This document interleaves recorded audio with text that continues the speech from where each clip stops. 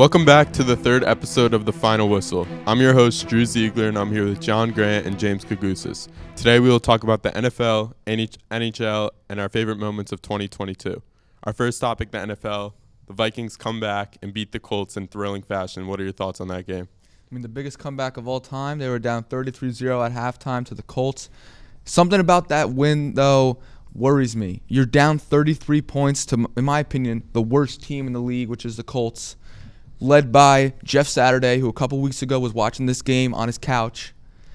How do you think you're going to do in the playoffs versus some of the better teams when you're down 33-0 to a team that's led by Matt Ryan? Yeah, I agree. The Colts are a terrible team. That's not going to happen in the playoffs. If you go down 33-0 in the playoffs, you're not coming back. They played really well in the second half, especially in the fourth quarter. They got their stops that they needed, and the offense really stepped it up, but it's definitely a concern for me. The Vikings have a great offense, but they just always seem to be cursed, still without a Super Bowl win. And our next game, Bills-Dolphins.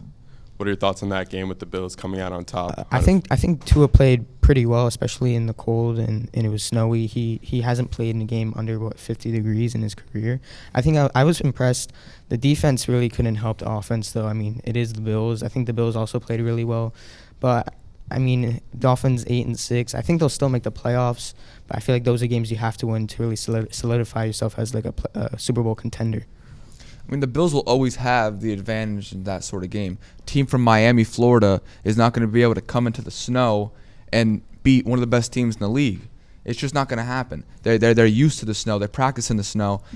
Not a lot of teams are able to play well in the snow when they've never done it before. Especially with the fans throwing snowballs at the players. That doesn't help them. And our next game on Sunday, we have the Jaguars and the Cowboys. Jaguars winning on a pick six. Can the Cowboys still win the Super Bowl, or is that loss concerning to you? They're not winning the Super Bowl. They lose to the Jaguars. Like, their other losses, they're like, okay. But they lose off a pick six in overtime. Like, I'm sold on the Jaguars right now. I'm sold on Trevor Lawrence. Trevor Lawrence is here. He had a bad rookie season, but he's winning games now. He is playing like the quarterback that we saw in high school and in college. Trevor Lawrence and the Jaguars are going to be here for a while. I'm telling you now. Yeah, I think Trevor Lawrence really proved he has that top 10 quarterback potential that he showed in college. I mean, I think the Jaguars definitely can win the division. The Titans are on a 4-game losing streak. I think the Jaguars are a really solid team, much better than from the beginning of the year. And I think Trevor Lawrence has definitely improved. I mean, he had Urban Meyer as head coach last year, which says a lot. But he has really been top 10 quarterback, in my opinion, this year. Zay Jones showing his true potential, showing why he got the contract he got.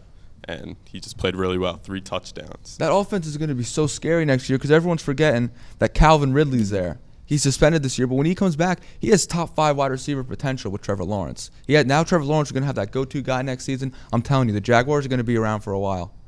And an even wilder game, Patriots and Raiders. What was Jacoby Myers doing? I've never seen a walk-off defensive touchdown to win the game in my entire life watching football. I've never seen something like that. What are you doing? I don't get what you're trying to do there. Yeah, you see those lateral plays all the time. You never see anyone throw it 20 yards behind them to a guy when there's literally a guy standing right in front of you.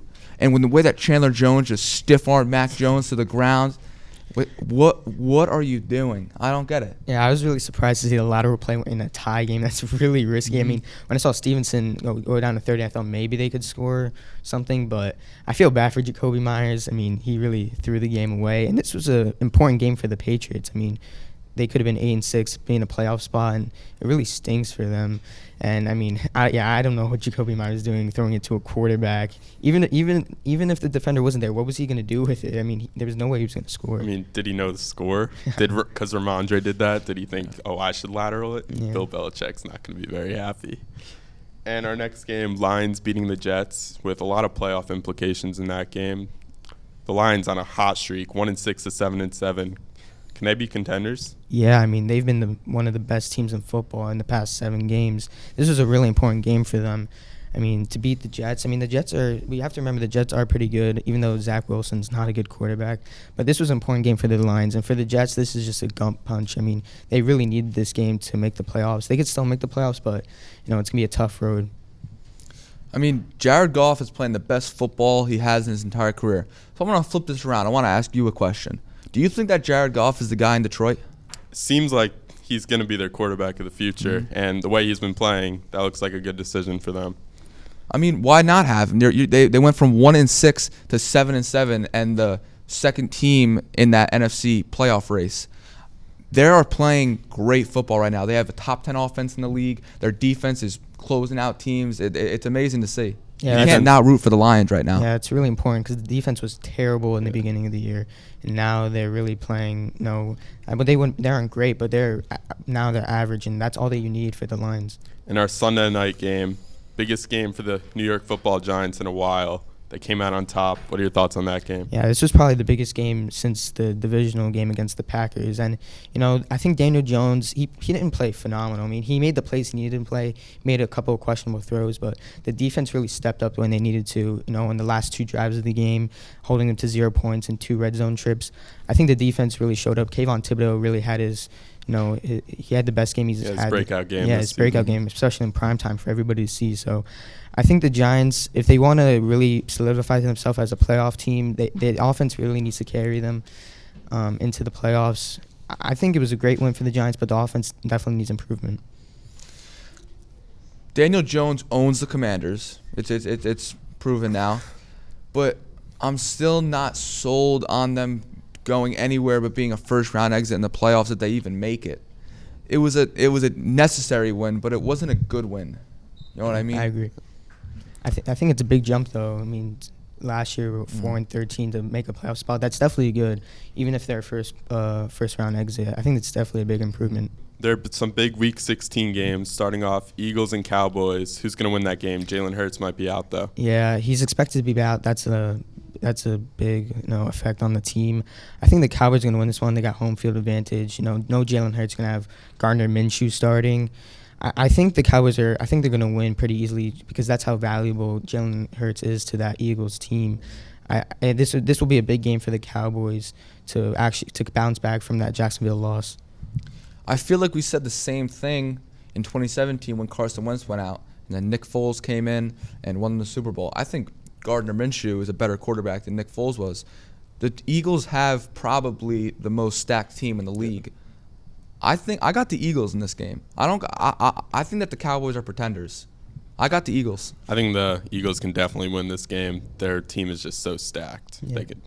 In our next game, Commanders and 49ers. Commanders need to win this one for their playoff chances. Can they win it? I think the 49ers are just going to win it. Taylor Heineke is not going to – the 49ers defense has the least yards allowed and the least scores allowed. Their defense is playing lights out. They are not letting anybody come in there and win. Taylor Heineke is not going to be the one to change that. I got the 49ers. Yeah, I got the 49ers too. It's probably a hot take, but I think they're the best team in the NFC right now. I mean, their team is stacked. Brock Purdy fits perfectly in that system, especially a home game for the 49ers. I don't see a way that Heineke leads the Commanders in and escapes with a win. One of the teams who could take the Commanders' spot, your Seahawks. Can they beat the Chiefs this week? The Chiefs are a tough team. I mean, it's in Arrowhead. I don't think they're gonna win. I mean, this is a must-win game. I mean, maybe they're gonna come out swinging, and I think they definitely could win, but I don't see it happening. I think the Chiefs are just too good of a team, and the rushing defense for the Seahawks is just not good enough to stop the run. They went into overtime with the Texans last week. That's not the best team in the league. The best team in the league does not go into overtime in December with a 1-win team. Seattle's had some struggles recently, yeah. But that defense is terrible. They're letting up over 20 points to Davis Mills and a bunch of nobodies.